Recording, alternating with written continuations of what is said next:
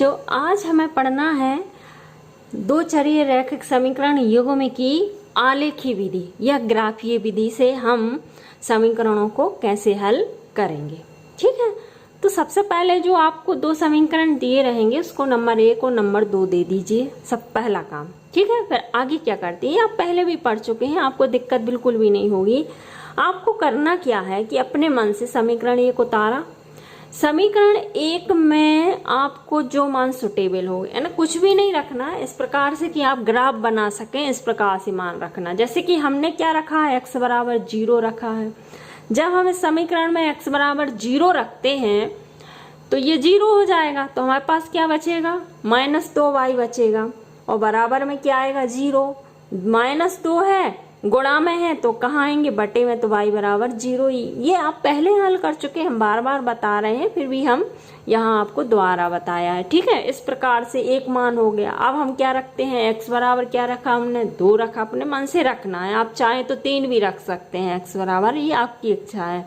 ठीक है, तो हमने x बराबर जब 2 रखा और सॉल्व किया तो हमें y बराबर क्या मिला, 1 मिला।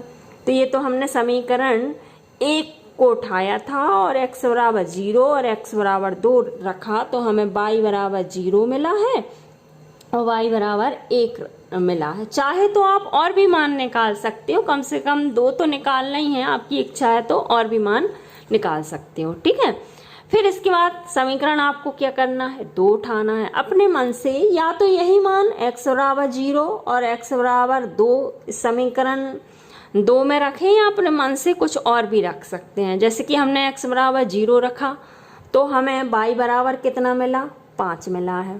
ठीक है ना, सॉल्व किया है, कुछ नहीं, समीकरण में आपको रखा है, आपने रखा है तो ये चीज हमको मिली है। ठीक है, x बराबर हमने फिर क्या रखा, 4 रखा, तो 4 रखने पर हमने सॉल्व किया तो हमें y बराबर कितना मिला, 2 मिला। ठीक है, तो ये हमारा दूसरा मान हो गया। आप चाहे तो और भी मान निकाल सकते हैं।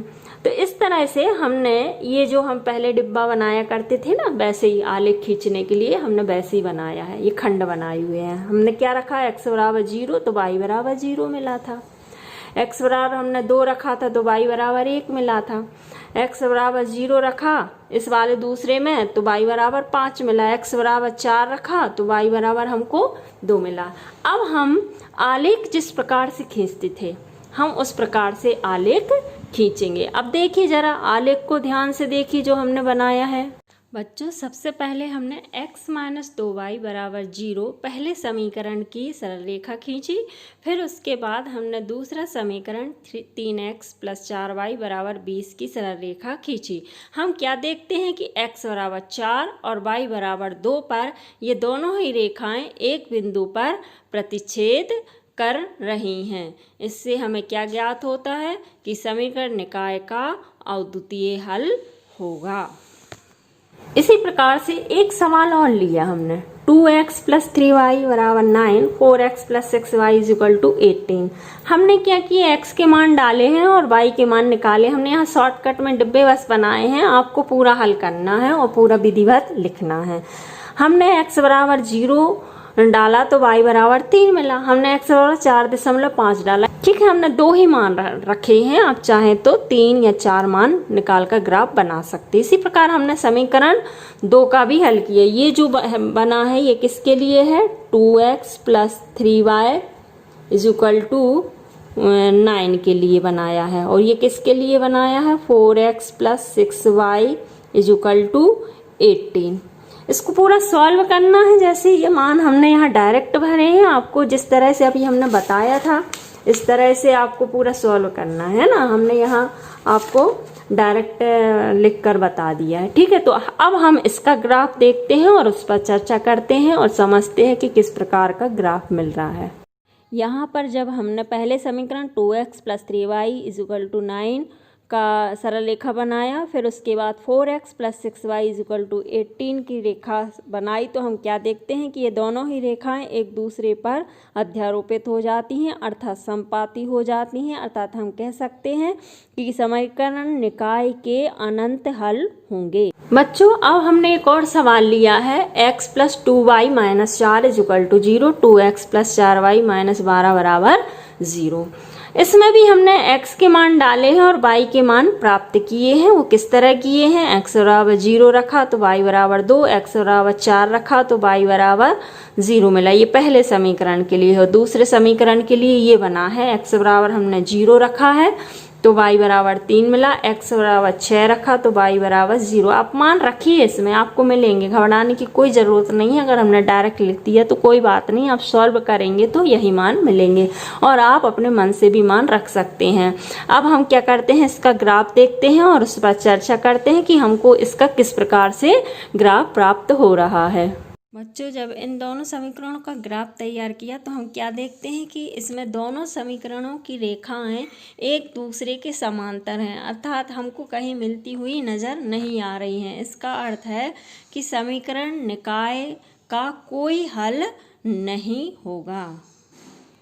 बच्चों, अभी हमने सारे ग्राफ देखे और समझा कि किस प्रकार के ग्राफ बन रहे हैं। अब जरा इस सारणी पर ध्यान दीजिए। पहला सवाल हमारा यही था, x - 2y बराबर 0, 3x - 4y - 20 बराबर 0, ये वाला सवाल था। तो जरा अगर हम इसकी व्यापक युगपद समीकरण से तुलना करें, हमने बताया आपको तुलना करें, ये व्यापक युगपद समीकरण है, ठीक है। कैसे तुलना करते हैं, जैसे कि a1 बराबर क्या होगा 1, b1 बराबर क्या होगा -2, c1 बराबर क्या होगा, कुछ नहीं है, 0 है तो 0। इस तरह से हमने दूसरे समीकरण से a2, b2 और c2 भी लिखा, ठीक है ना।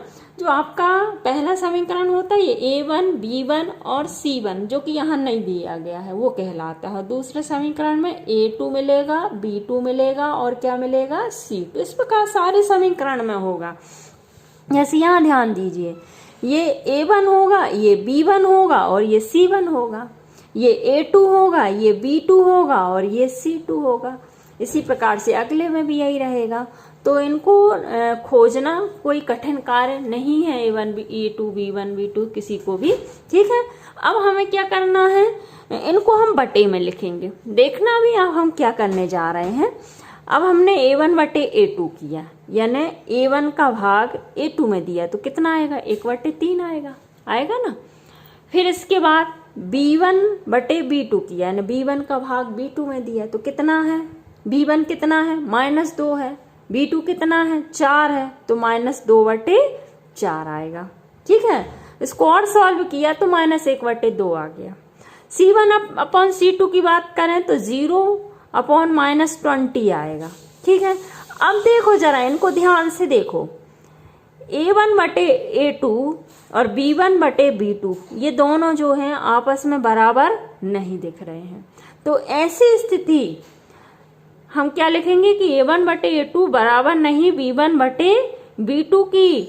और ऐसी स्थिति में जो आपकी जो रेखाएं हैं, अभी ग्राफ में आपने देखी होंगी कि प्रतिच्छेद करती हुई रेखाएं बनती हैं। ये प्रतिच्छेद करती हुई रेखाएं कब बनेंगी, जब a1 बटे a2 बराबर नहीं होगा b1 बटे b2 के, तभी ये रेखाएं प्रतिच्छेदी बनेंगी, ठीक है।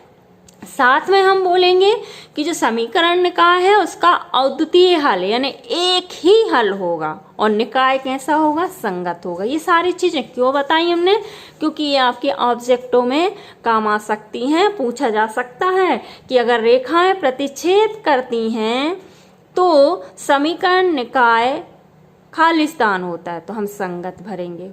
यह समीकरण निकाय का कैसा हल होता है, अनेक हल होता है, कोई हल नहीं होता कि अद्वितीय हल होता, तो हम किस पर टिक करेंगे, अद्वितीय। तो ये एक दूसरे का आपको कंपेयर करना बहुत जरूरी है, ठीक है।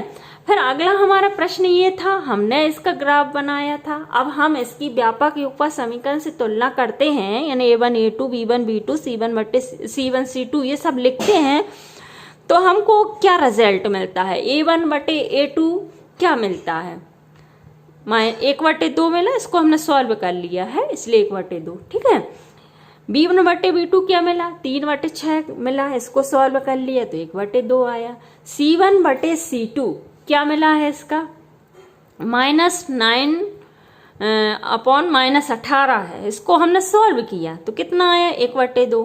देखिए ये तीनों चीजें बराबर आ रही हैं, यानी A1/A2 बराबर B1/B2 बराबर C1/C2 आ रहा है। ये तीनों चीज बराबर हो रही हैं, तो इसका ग्राफ आपने देखा होगा, रेखाएं जो हैं वो समपाती है। समपाती का अर्थ होना यानी कि एक के ऊपर एक होना। तो ऐसी स्थिति में हम कहेंगे कि समीकरण का जो है वो अपरिमित रूप से अनेक हल होंगे और निकाय जो है वो आश्रित युग्म होता है। आश्रित युग्म में लिखा हुआ है लेकिन एक्चुअली में उसको संगत ही बोला जाता है, पर अगर डिटेल में जाने तो ये आश्रित युग्म होगा। ठीक है, निकाय को हम क्या बोलेंगे, ये जो निकाय ये कहलाता है निकाय। इसका जो होगा वो आश्रित युग्म होगा और इस जो समीकरण ये युग्म है इसके अपरिमित रूप से अनेक हल होंगे। कब होंगे, जब रेखाएं एक दूसरे के ऊपर होंगी, यानी कि कैसी होंगी, समपाती होंगी। ठीक है, और ये समपाती कब होंगी, जब ये तीनों बराबर होंगे। ठीक है ना, ये क्यों, क्योंकि ये आपके वज्र गुणन विधि जो हम अगली बताएंगे ना उसमें भी काम आएगा, इसलिए हमने यही बता दिया आपको। ठीक है, फिर इसके बाद हमने तीसरा समीकरण लिया, इसकी भी तुलना की तो हमें मिला A1/A2 बराबर B1/B2 बराबर नहीं C1/C2 की। जब हमने इसका ग्राफ खींचा था और देखा था तो रेखाएं कैसी थी, समांतर। समांतर समझते हो, इस प्रकार से। ठीक है, तो ऐसे समीकरण निकाय का कोई हल नहीं होगा और निकाय जो होगा वो असंगत होगा। तो बच्चों हमने जाना इसकी ग्राफीय विधि। ग्राफीय विधि क्यों इम्पोर्टेंट है, क्योंकि इससे आप जान पाओगे कि केवल अद्वितीय हल होगा, कि अनेक हल होंगे, कि असंगत हल होगा जो कि कोई हल नहीं के अंतर्गत आता है। तो जैसी रेखाएं आपको दिखेंगी आप वैसा इसका उत्तर देंगे। इससे संबंधित आपके प्रश्नावली में सवाल है, साथ में आपको होमवर्क भी दिया जा रहा है, तो वो होमवर्क करें और अपनी प्रश्नावली के सवाल भी हल करें। बच्चों आपकी एक्सरसाइज 3.2 में पहला और दूसरा प्रश्न जो है वो इबारती प्रश्न है, जिसको हम बाद में बताएंगे। सबसे पहले ये प्रश्न देखिए, इनमें हमें बताना है कि इन समीकरणों की जो रेखाएं बनेंगी ग्राफ पर वो प्रतिच्छेद करेंगी, समांतर होंगी या समपाती होंगी, और इसका हमें पता किसके माध्यम से लगाना है, इनका अनुपात ज्ञात करके A1/A2 B1/B2 C1/C2। हम स्थिति देखेंगे, जो भी स्थिति बनेगी उसके हिसाब से हम बताएंगे। जैसे कि हम एक सवाल आपको बताते हैं कि जैसे मान लो पहला ही सवाल है 5x - 4y + 8 बराबर 0। इसमें क्या है, हमने दोनों समीकरण लिख लिए हैं और इनकी तुलना व्यापक युगपद रैखिक समीकरण से हमने की है। A1x + B1y + C1 बराबर 0 और A2x + B2y + C2 बराबर 0 से। तो A1 बराबर कितना होगा, 5 होगा, B1 बराबर -4। ये सारी वैल्यूज हमने लिख ली। फिर इसके बाद A1/A2 निकाला, B1/B2 निकाला और C1/C2। हम क्या देखते हैं कि A1/A2 और B1/B2 जो है वो बराबर नहीं है। तो ऐसी स्थिति में हम क्या कहेंगे कि रेखाएं जो हैं वो एक बिंदु पर प्रतिच्छेद करते हैं। ठीक है, कि A1/A2 B1/B2 और C1/C2 की हमें तुलना ज्ञात करना है और साथ में ये भी बताना है कि संगत है या असंगत। तो इसके लिए भी हम वही चीज करेंगे जो हमने अभी पहले सवाल में की है, कि हम इनकी तुलना करेंगे। A1 A2 B1 B2 C1 B2 C2 निकालेंगे, इनको हम बटे में लिखेंगे और स्थिति देखेंगे। अगर हमको मिलता है कि A1/A2 बराबर नहीं B1/B2 की, तो हम कह देंगे समीकरण संगत है। अगर हमको ये दोनों बराबर और तीसरी चीज बराबर नहीं मिलती है तो हम लिखेंगे कि असंगत है, और हमें तीनों चीजें बराबर मिलेगी तब भी हम संगत, यानी इन दोनों स्थितियों में हमें संगत लिखना है और ये वाली स्थिति में हमें असंगत लिखना है। तो आप तुलना कीजिए और इस सवाल को कंप्लीट कीजिए। फिर अगला प्रश्न है कि अगर संगत है तो आपको ग्राफीय विधि से हल करना है, ना तुलना करेंगे। ध्यान ये रखना है कि जो इस पक्ष में लिखे हुए हैं जैसे 5 8 इनको इस तरफ ले आइएगा, फिर आप तुलना कीजिए A1 B1 C1 से, पहले आप इस तरफ ले आइएगा। ठीक है, तो फिर आप पता कीजिए कि a1/a2 b1/b2 बराबर अगर नहीं है तो वो संगत होगा। तो ऐसी स्थिति में आपको क्या करना है, ग्राफ। और अन्यथा अगर और दूसरी स्थिति बनती है, ये वाली समीकरण निकाय असंगत है, ऐसी स्थिति में आपको ग्राफ नहीं बनाना है। सिर्फ कब बनाना है, जब संगत हो। तो आप ये चेक कर लीजिए, तब आप इसके ग्राफ तैयार कर लीजिए। ये आपके होमवर्क के प्रश्न हैं, जो हमने 5 प्रश्न दिए हैं, उनको ध्यान से देखें।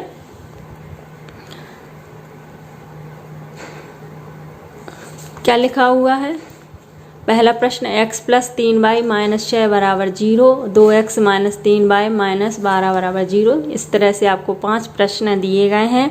इनमें आपको ग्राफ बनाना है और ग्राफ के आधार पे ही बताना है कि समीकरण निकाय का कोई हल होगा या कोई हल नहीं होगा, या फिर अनेक हल होंगे, या संगत होगा, असंगत होगा। जो भी स्थिति होगी आप ग्राफ के माध्यम से बताएंगे। थैंक यू बच्चों।